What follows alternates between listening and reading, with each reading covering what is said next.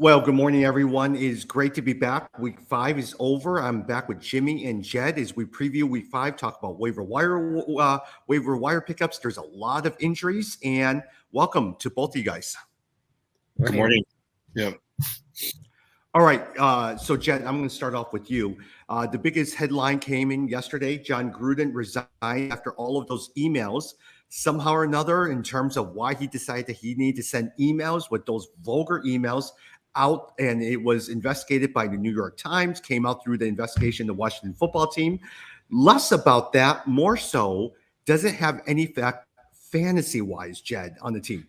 Yeah, it'll be interesting to see, right? So, I mean, all accounts are that this I forgot the name of the coach who's taking over. The assistant coach. Yeah, the assistant coach, but Yeah. he's supposed to be a player favorite. He's supposed to be good. You know, teams, these kind of situations, it's either going to go one way or the other, right? Either the team is like really upset and now they're totally dysfunctional, and then the team goes in the tank, or they rally and they're really glad. Because I was reading that some players were basically like, I don't want to play for this guy, after the release of that. And so it's possible that they could rally, and you could just see continued points coming out of that team. Yeah. Now, with John Gruden, he signed a 10-year contract. He is in year 4 of a 10-year contract, mega contract. He'll do okay. But at the same time, suddenly, now here's the thing, Jed and Jim. I was listening to it. I forgot the name of the special teams coach. The reason why they selected him is they said the special teams has access to all of the offense, defense, everything. So usually if there's an interim coach, they'll pick the special teams. But ironically, the defensive coach is former defensive coordinator for the Bears and former Detroit Headlines coach Rod Marinelli is on the staff currently as well too. So, Jim, any thoughts? Any thoughts on your end in terms of how this affects Las Vegas?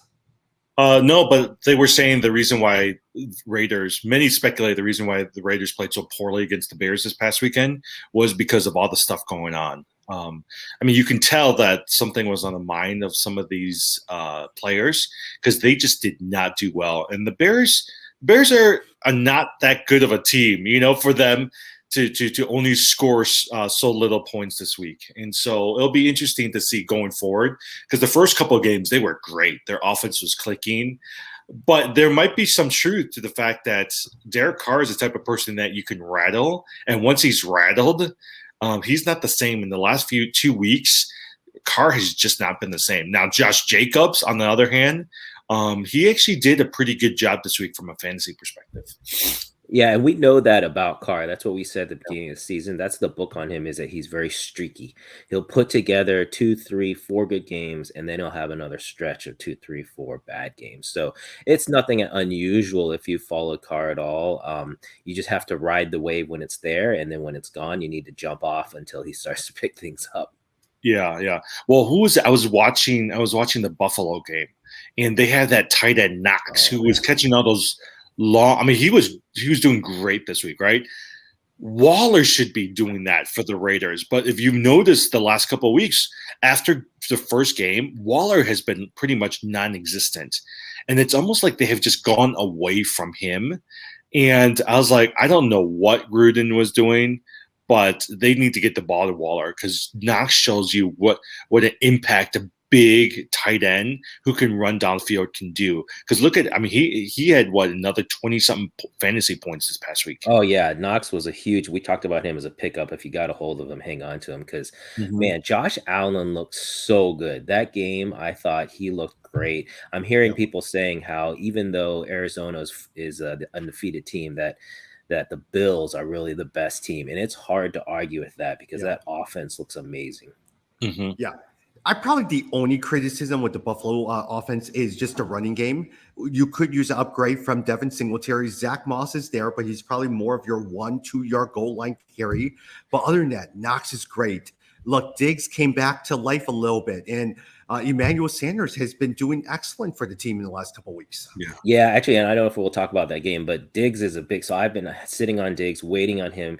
He did finally get some catches, no touchdown, but honestly, I still think with Diggs, we're going into week 6 now, and I think he is not a lock week every starter.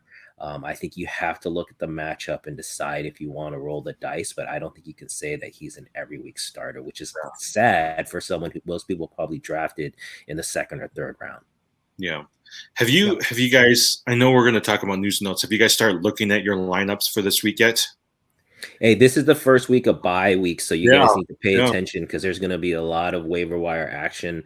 A lot of people are going to need to pick up because of the bye weeks. Yeah. Couple of things. One thing before we move on. In Chicago's 20-9 win against the Las Vegas Raiders, Khalil Mack, former Las Vegas Raider, had 1 sack, 8 tackles, 1 tackle for loss, and 1 QB hit. He was everywhere. We always talk about the revenge game. Boy, did he have a revenge game. Yeah, did you guys hear about Anthony Miller being picked up by Steelers? Anthony Miller? Wait, he got cut by the Houston Texans? Yeah, and then he got picked up by Pittsburgh. And so now they're saying there'll be a revenge game week 9 because he'll be playing back against the Bears. So because, Juju Smith-Schuster is out, so then they'll sign Anthony Miller. Yeah. Hey, let's talk a little bit about the injuries as well, too. We're going to start off, Jim, with the New York Giants as well, too. Daniel Jones carted off the field after sustaining a helmet-to-helmet hit. It looks like he has concussion, will now be in concussion protocol. He might be out, but there's a good chance he'll be back. The big one is, actually, Kenny Gallaudet hyperextended his knee. He now is out with another knee injury, with Kenny Gallaudet. And so a lot of times Tony will be a huge pickup. The big one is I thought Tony was hurt too. Yeah, Tony got nicked up. Yeah, Tony got hurt too. Tony got nicked up. Because I was going to say he would be a top waiver pickup, but except for that injury. Yeah, they think it's a mild. He should be able to be back. Okay. Yeah.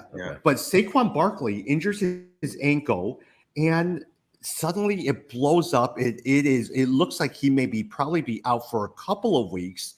And so, hey, Jim, thoughts on that one in terms of injuries with the New York Giants?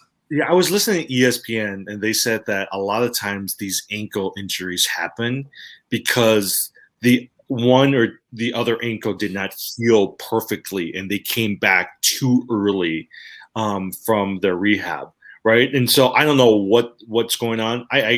But I think, did I text you or did I text somebody else? But I feel bad for Barkley.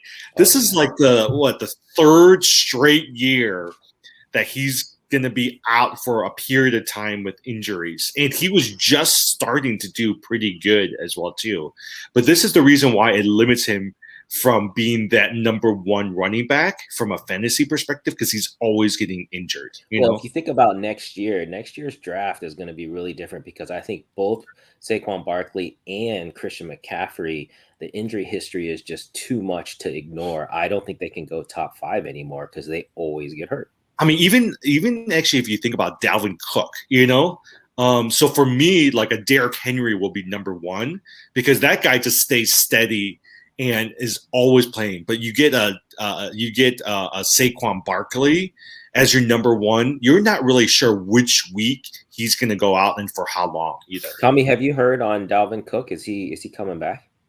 They haven't announced it yet. So for this week, most likely they're saying that he won't come back because they have a bye week the week after, and they said they're just going to give him another week to. Hey, Madison looked really, really good. I mean, that's again some as we talk about Chuba Hubbard with Christian McCaffrey, there was a drop off, didn't really keep the same, but Alexander Madison pretty much produced the same points you would get with the Dalvin Cook. So it shows the value. I think we talked about AJ Dillon up in Green Bay. I think he's another guy where he can step in and pretty much produce at the same level. So you got to pay attention to those guys. Look, let me just complain about Alexander Madison. All right. He was on some waiver wires. And so I'm walking around Great Wolf Lodge and I see that he's playing because Dalvin Cook is out. So I said, oh, perfect. Next thing you know, both of you guys have picked him up in on the league, so I couldn't pick him up anymore. Yeah, you're a little slow to the shoot there. Yeah. No, this does go back to the theory, and I remember listening to this. This is the first time I heard it from Matthew Berry at ESPN. He says, don't go after guys like James White from New England Patriots. Go after people like a Devontae Booker and AJ Dillon, a Ramondre Stevenson, because you know that if the number 1 running back goes out, automatically this person becomes the number one running back. And so that's what actually I've been doing this year, is going after those backups who I think is going to be number one if that person goes out for an extended period of time. And Madison's great. I mean, what? He's got 300 something yards in the last 2 games. He scored over 20 fantasy points. I think the same is going to happen for Devontae Booker as well too. Yeah, I mean, I think it's about playing for the second half. It's the second half of the season. So you're not looking to get points in those first 5-6 games, but you're saying so. And this is, to me, is like a Trey Sermon, where like you're expecting him to ascend and take over from the first, or if there's an injury, to be able to take over from the first. But I totally agree. You want to think about what's the ceiling versus what's their normal average points. Like you want the players who have huge upside, and those are the guys you want to play for. Yeah, totally. Yeah, like we were talking about AJ Dillon. AJ Dillon has huge upside, huge ceiling. If something were to happen to Aaron Jones, he will take it and get you over 100 yards every single game. Yeah, he scored 17.9 fantasy points this week, and even the coach said he wishes that he can get more touches. And I guess Aaron Jones right now is a little nicked up, so AJ Dillon, if he's out there on the wire, I would pick him up. Speaking of that, Clyde Edwards-Helaire injured his left knee and was ruled out for the game. It looks like he has an MCL sprain and will miss a few weeks. Darrell Williams is going to be your primary pickup. Jed, what do you think of Darrell Williams? Well, you guys know I don't like the running backs out of Kansas City anyway. And honestly, I think if you have Kansas City players, you got to be a little concerned because the offense is sputtering, 2 losses in a row. This Kansas City Chiefs team is a little bit in disarray right now, and this is why it just shows it is hard. It is hard to get back. It's hard to stay at the top consistently. That division is insane. The division that they are in is so locked and loaded too. So I would just say I would stay away from Damian Williams personally. Like we just talked about, I think I'd rather have some number 2s like a Dillon. Yeah. Jim, Damian Harris goes out for a little bit. It looks like he's fine. Ramondre Stevenson and Brandon Bolden replaces Harris, but after the game, Stevenson says that Damian Harris should be fine and good to go. Tyreek Hill nicks his knee a little bit, but he was finishing the game. The one that I want to talk to you about is Juju Smith-Schuster. You know him, signs a 1-year contract with the Steelers. He has a season injury to his shoulder and is out for the year. Thoughts? I mean, how does that affect Chase Claypool, Anthony Miller? Is he someone that you're looking at, Deontay Howard or Deontay Johnson? Or are you always very concerned about Ben Roethlisberger? Yeah. Do you guys remember who he was going to sign with instead of the Steelers? Juju Smith-Schuster? Was it Baltimore? No, it was Kansas City. Oh. Yeah. Can you imagine if it was – now I feel – with Juju Smith-Schuster, he signed a 1-year contract. He's out. He didn't have a good year. He's not going to get a good contract next year. He's going to have to play another 1-year contract to be able to do that. So I just think that it was a bad decision. I think we've said this over and over again. It was a bad decision. Every week I still think Roethlisberger is going to come back and do well, and he hasn't. But what it does open up now is I do expect really good things from Chase Claypool. I can see him from a fantasy perspective. I still think Deontay Johnson is number 1, but from a fantasy perspective, I can see the bulk of the points going towards Chase Claypool. But again, I also think that Najee Harris is still the person who's going to get the bulk of the snaps and also the fantasy points in Pittsburgh. Yeah, he was nicked up. I don't know if he still is or not, or where he's at. Yeah, no, I totally agree. I mean, actually, for me, I've been staying away from the Steelers, but with Juju going down, and now it's Claypool and Deontay Johnson, I agree. I think you can actually depend on them more because their passing will be more concentrated. And of the 2, I like Claypool better as well. Yeah. Yeah. No, but at the same time, did you guys notice Najee Harris? He has been doing really, really well the last couple of weeks. Mm-hmm. They keep giving him the ball, and that's been a great thing is if they could continue to build the foundation on the run, it really opens up the lane. We saw Chase Claypool run like crazy this past week. Yeah, that's what Pittsburgh and Jacksonville seem to finally figure out. Give the ball to the running back. And so once they honed in on that, both Najee Harris and James Robinson, I think, have become really valuable now. Yeah. Guys, remember on our Dynasty League, I spent $80 of our $200 on Najee Harris. That's turning out to be a pretty good deal. Yeah, you've got a lot of young rookies though. I don't know. You're gonna have to decide. It's because I like that our league we only keep 5. It makes it Yeah, tough yeah, and it keeps the yeah. free agent pool good. Yeah. No, I was looking at it the other day. Like, I'm glad I kept Justin Herbert. I have Austin Eckler. I have all those wide receivers. It's going to be tough, like to figure out which 5 I'm going to have to pick up. Oh man, Herbert had a huge game this weekend. That was what a win for them. Yeah. Tom, are you still looking for a quarterback?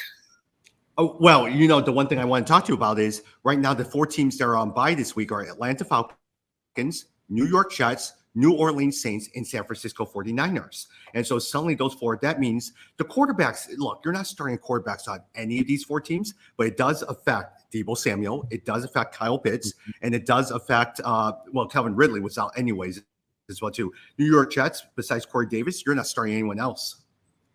Yeah, let me just mention one thing on Kyle Pitts. So I think this is a really good just overall fantasy lesson, which is that I drafted Pitts and I had been starting him every week. I finally bailed and did not start him this past week because I got Schultz on Dallas, and I really regretted that because in fact I lost the week because of that. But I just wanted to tell that when you play fantasy, if you make a draft that you believe in, you need to stick with him at least, I think, through the maybe first half of the season. You need to give them time to give you the points that you're expecting. And I think I bailed too soon on Kyle Pitts because now he looks like he's really turning things around and picking things up. So I think sometimes you got to trust your original instincts and stick with those players.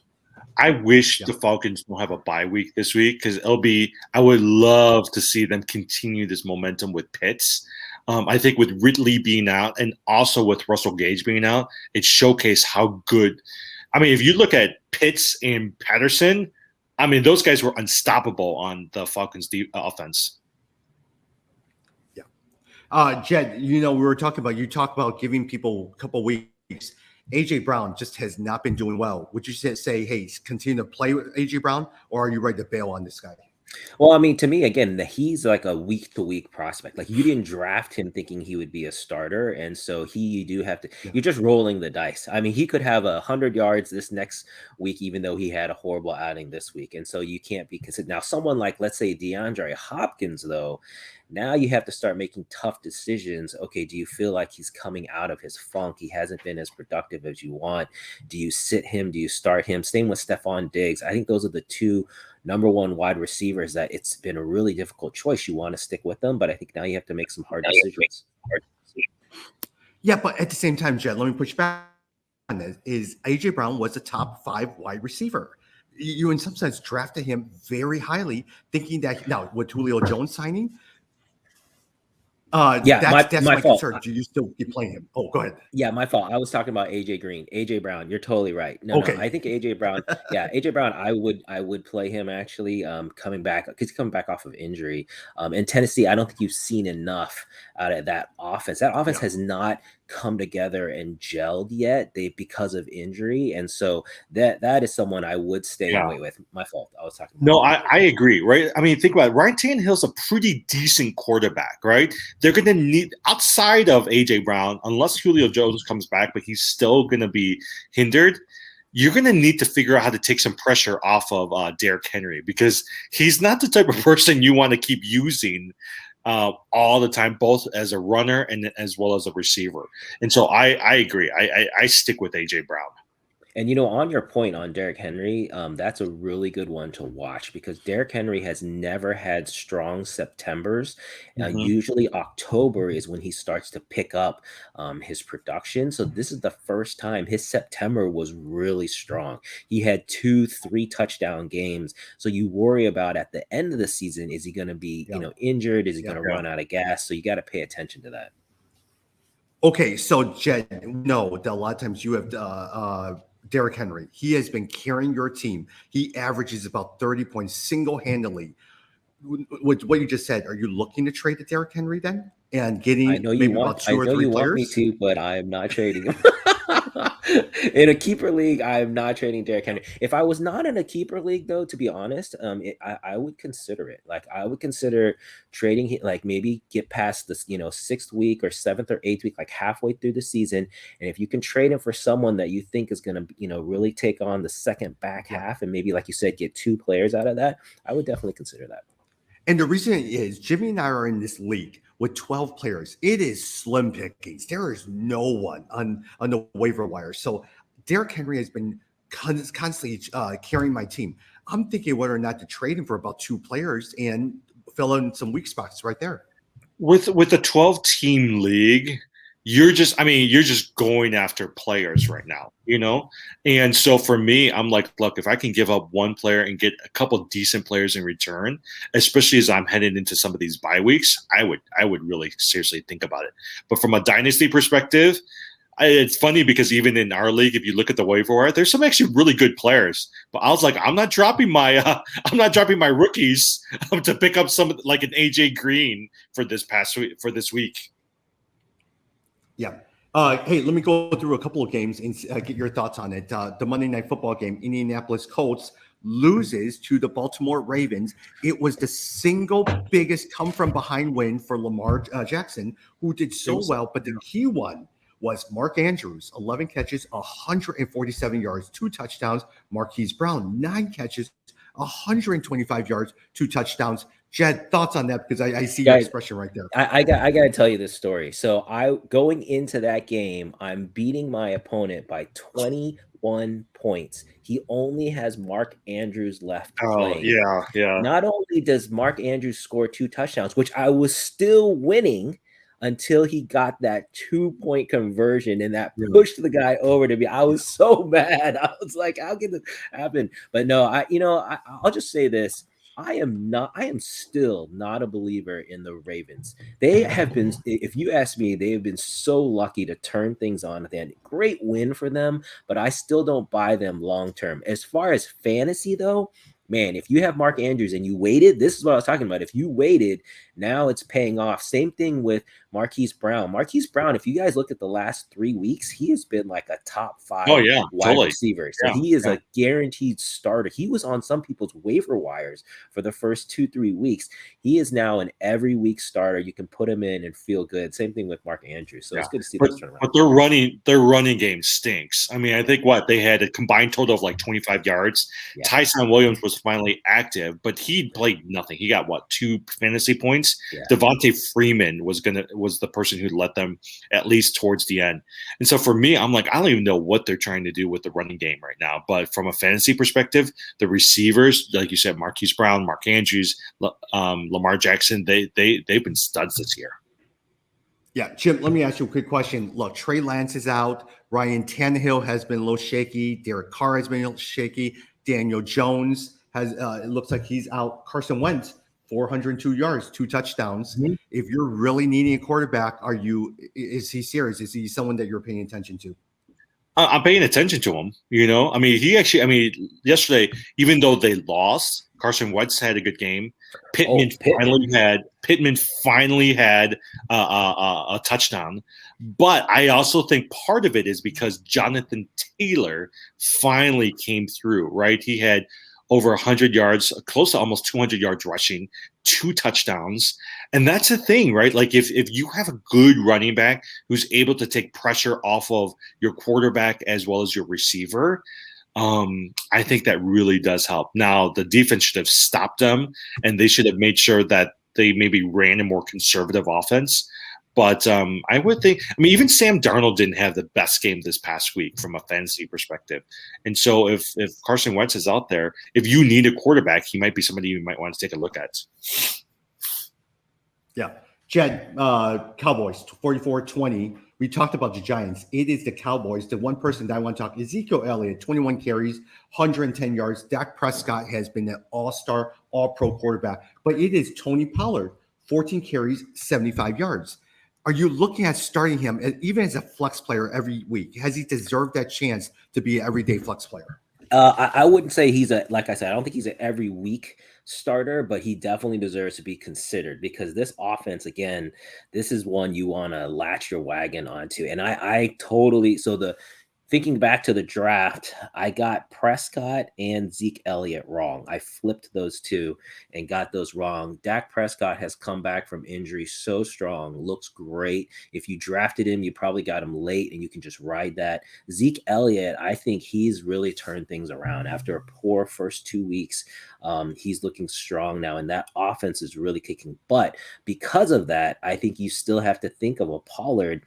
Like we just said, not only is he going to get you points, even regardless of what's going on with Zeke Elliott, if anything were to happen to Elliott, then Pollard would really blow up. And so I think Pollard is a great play. I wouldn't play him every week. I'd look at the matchups, but if there's a good matchup, get him in there. Same thing with Schultz. Even though Schultz didn't have a great game, he still had a double-digit fantasy point game. Oh, yeah, totally. Yeah.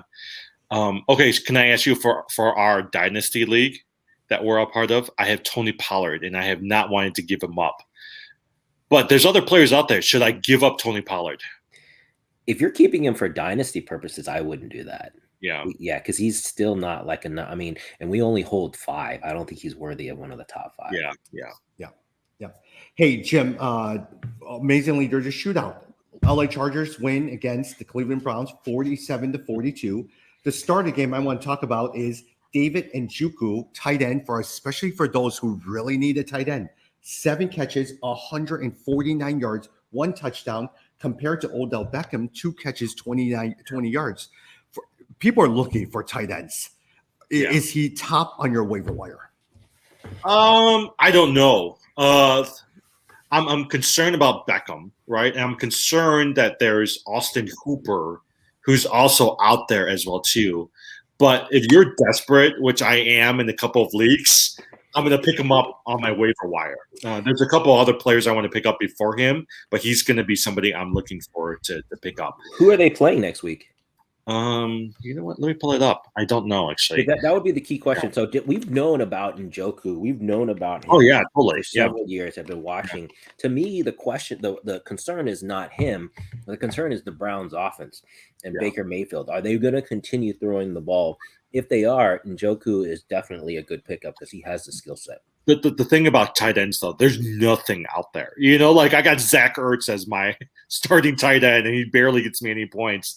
And so I'm like looking for anything. So even when I saw Njoku, I was like, oh, you know, he actually might be a pretty good, but he does worry me because Austin Hooper is right there taking away some of those points. Yeah. Jed, on the LA Chargers side, look, I was looking at Austin Eckler yesterday or 2 days ago, and I was struggling. I was losing to my opponent. First half, he didn't really do anything. Next thing you know, he gets 3 touchdowns, and I surge ahead. Wow, how good has Austin Eckler been? But more so, is Keenan Allen someone that you're trading for or looking to trade because of the emergence of Mike Williams at 8 catches, 165 yards and 2 touchdowns. Yeah, I freaking sat Mike Williams. I was so mad. I sat him. That was such a mistake. No, so Austin Eckler has been great. That's another guy I missed on. And definitely you're just playing him every week. But no, I would not trade away Keenan Allen. I think the Chargers offense can handle 2 stud wide receivers. And this, I think it's a good thing for Keenan Allen. This takes away pressure from him. He should get better coverages. I expect Allen to continue to have a strong season, even if he's going to have a little bit more up and down, maybe not as consistent as we've seen in the past. But that Chargers offense, I was really impressed. I think this is Herbert's coming out season. And so I don't think you want to trade that away. There was a point in time I almost considered trading Justin Herbert to Tommy early on because he wasn't doing too well. I'm really glad I held on to him.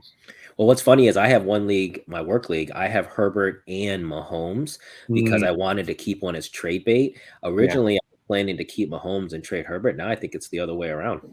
Oh, yeah, totally. Yeah.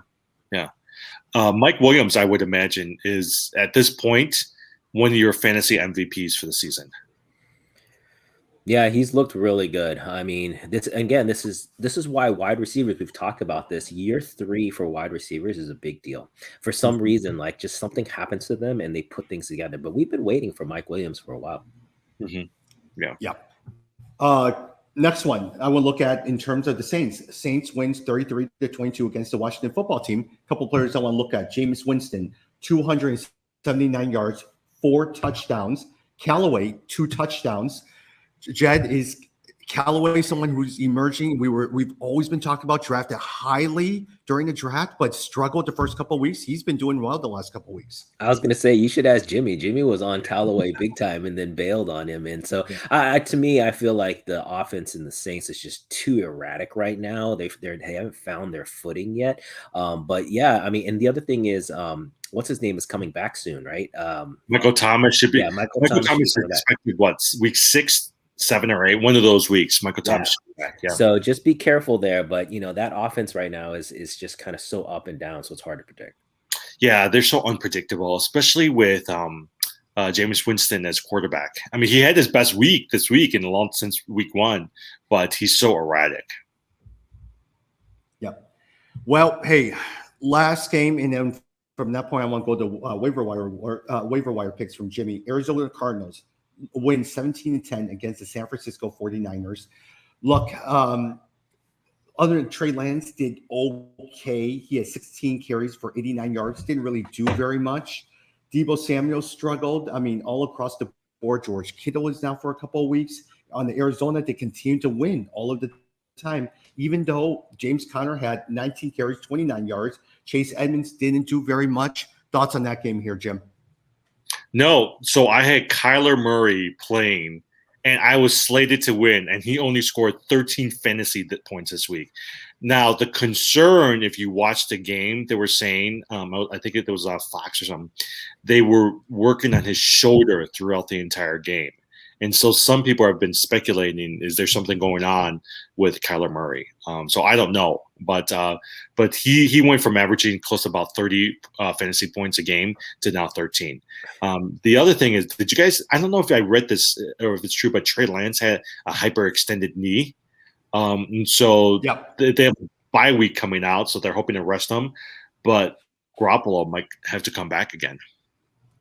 Yeah, I was really disappointed with Murray. So that's interesting about the injury. I didn't hear that. I thought from a game point, it was a good sign that they won, that they showed they can win even defensive battles like this where points are tight, because normally they just outscore everyone. But if it's because he was injured, then that's really worrisome. And actually, now that you said that, I've got him in at least one league where I need to think about the backup quarterback then.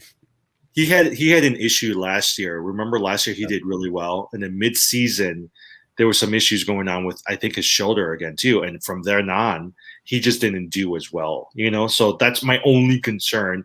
Is you're right. He's been like my foundation in a number of my leagues as the quarterback. Now you're going to be scrambling trying to find somebody as a backup just in case. Hey, we should talk about Geno Smith up in Seattle with Russell Wilson out now for at least 4 to 6 weeks, or I think 4 to 6 weeks at least. I thought he looked really good, and I know he was terrible back when he was with the Jets, but he's in his 9th year. I mean, I think this is someone you got to take a look at. I would not be surprised. I mean, he's got so many weapons: DK Metcalf, Tyler Lockett. He's got a strong run game behind him. At least offensively, I could see Geno Smith producing. Mm-hmm. Yeah. Some people, I was listening to Dan Patrick show, and they were speculating, or they were talking about how, if Geno Smith plays decently, he might be your quarterback next year for the Seattle Seahawks. Because remember, Russell Wilson was making a lot of noise this offseason about getting out of there. And so the question that they have is Russell Wilson still going to be there, or is he going to move on next year? Wow, that would be huge. Russell Wilson to me he's just unbelievable. There's just so few guys that they can throw on the run with pinpoint accuracy, and that's what he does. Mm-hmm. Yep. Hey, just to give you guys a quick update on Kadarius Toney, he had X-rays on Monday following the game. Head coach Joe Judge believes that it is not anything significant, and we should see him on the field this week. Yeah. Jim, waiver wire picks. Who are you looking at this week? Okay, so that's the question. I think Kadarius Toney, Devontae Booker from New York are people that of course we're going to be paying attention to. What do you guys think about Evan Ingram? I mean, he's the last man standing, and for somebody who's needing a tight end, he's got potential out there, right? I haven't decided what I want to do, but he intrigues me.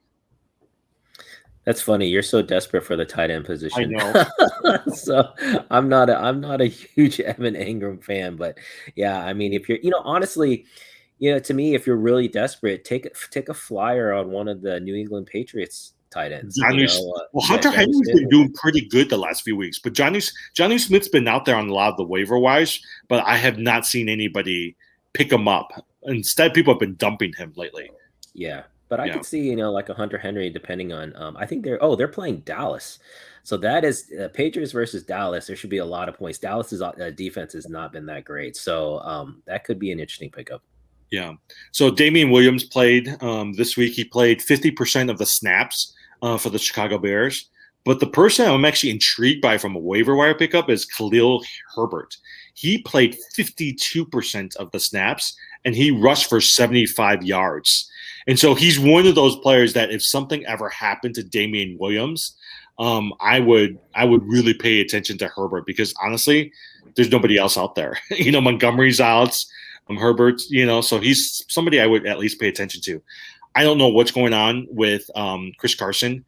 Alex Collins is somebody that I think is somebody to keep an eye out. Chris Carson has a neck injury. Collins had 72% of the snaps. He finished with 72 yards and 10 fantasy points. And for somebody who just got thrown in there at the last minute, I actually think he did pretty decently, The other person I've been looking at from a running back perspective, and I don't know what you guys think, Giovanni Bernard has actually done decently for me. He's been the guy that once you get into the red zone, Tom Brady's been going after. He had 22% of the snaps, and he scored over 20 fantasy points the last couple of weeks. And so he's had a touchdown. And I found that whenever they get towards the red zone, it's not Leonard Fournette. I mean, pretty much, who's that other running back that they had? Ronald Jones. He's pretty much non-existent right now, So he's been somebody who I think might be somebody you might want to look at. And then from a wide receiver perspective, what's his name? Amon-Ra St. Brown from Detroit Lions is somebody who I think people should take a look at. 8 targets for 2 straight weeks. He led the Lions in terms of receptions. 13 fantasy points, so double-digit fantasy points for 2 straight week. And so honestly, especially in the bye week, I mean, I might take a flyer on somebody like him. Then I don't know who's somebody out there who might. I mean, I might even start him over Michael Pittman, to be honest. So, yeah, Jim, if you had your number one waiver, who are you looking at? Who is the person you're going to put your money in? Right now, I would put my money on Devontae Booker with the Giants. I think he's the person I would put my money on. Got it. So let's say, for instance, you have waiver 1 pick. Are you going to save that pick, or you have waiver 2 pick? Are you going to save that pick, or are you going to put it on Devontae Booker? Well, if you need a running back, you got 2 good running backs for the next couple of weeks, right? You got a Damian Williams, and you got Devontae Booker, who I actually think will be good fill-ins for you. And then, I think I would go for that. I mean, and quite honestly, I do need running backs in a number of my leagues, and so those are so I have Booker number 1, and then what's his name number 2, Damian Williams or Darrell Williams. Jed, in our Walter White league, which a lot of times there's really no one to pick up, I have Odell Beckham, which stinks. Elijah Mitchell is my running back. He's out. Kyle Pitts is out. Dalvin Cook is out. Chris Carson is out. There is no one in that league for me to play. All right, I am stuck. Now, at the same time, did you guys notice in our Walter White league, Russell Wilson has just been placed on waivers? Would you pick up Russell Wilson? Really? He has. Oh, yeah. Really? Russell Wilson. I saw that. That was a total mistake. There's going to be a lot of people jumping on that. I did not know that. Yeah, you shouldn't have said that, Tommy. You screwed it up. Well, okay, so in the Walter White League, there's actually some decent players out. Hunter Henry, Tony is out there. Michael Pittman, Herbert. There's some decent players on the waiver that you can go after. Yeah. So, other than that, any last thoughts, Jed? Who's your number 1 pickup that you're looking at this week? Yeah, I'm also looking at the tight end position because of Kyle Pitts, and so I'll probably roll the dice with either Hunter Henry or Johnny Smith. I mean, to me, when you're picking up a bye week replacement, you're basically just hoping for a touchdown. So you're hoping to just kind of catch lightning in a bottle, and so to me, you want the high offensive production games, and then you're hoping you'll catch something there. Yeah. Except, Jed, when I've been picking, what do you call it, Cameron Brate. Man, I thought high touchdown, nothing. Got me 1 point. It was terrible. Absolutely Well, terrible. yeah, but hey, we have to say again, Tom Brady just unbelievable. Like 5 touchdowns. This guy is like, I just, I wonder if it's ever going to come out that he's, what is he doing to his body? He's like just defying age. It's amazing. Yeah. Hey, before we finish up, I do have one question from a waiver wire pickup. Let's just say you have $100 and you can use it this week. How much are you going to spend on the Devontae Booker, knowing that Barkley is going to come back at some point? Yeah, I personally kind of, I always like take whatever your auction budget is, if you're doing it that way, whatever your waiver wire budget is, I think of it as roughly there's 3 or 4 players you can get over the course of the season. So you just divide your money by 3 or 4, and that's your max cap for like one player. So if it was like in this case to me, I'd want to spend between 25 and 33, depending on how key and important you think he is. But if you're only going to get a couple weeks out of him, then I think you have to knock that down. Yeah. All right. Hey, we're probably going to record this week on Thursday. So I'll probably see you guys on Thursday because I am out of town on Friday. So thanks, guys, and we'll talk soon. Okay. Sounds good.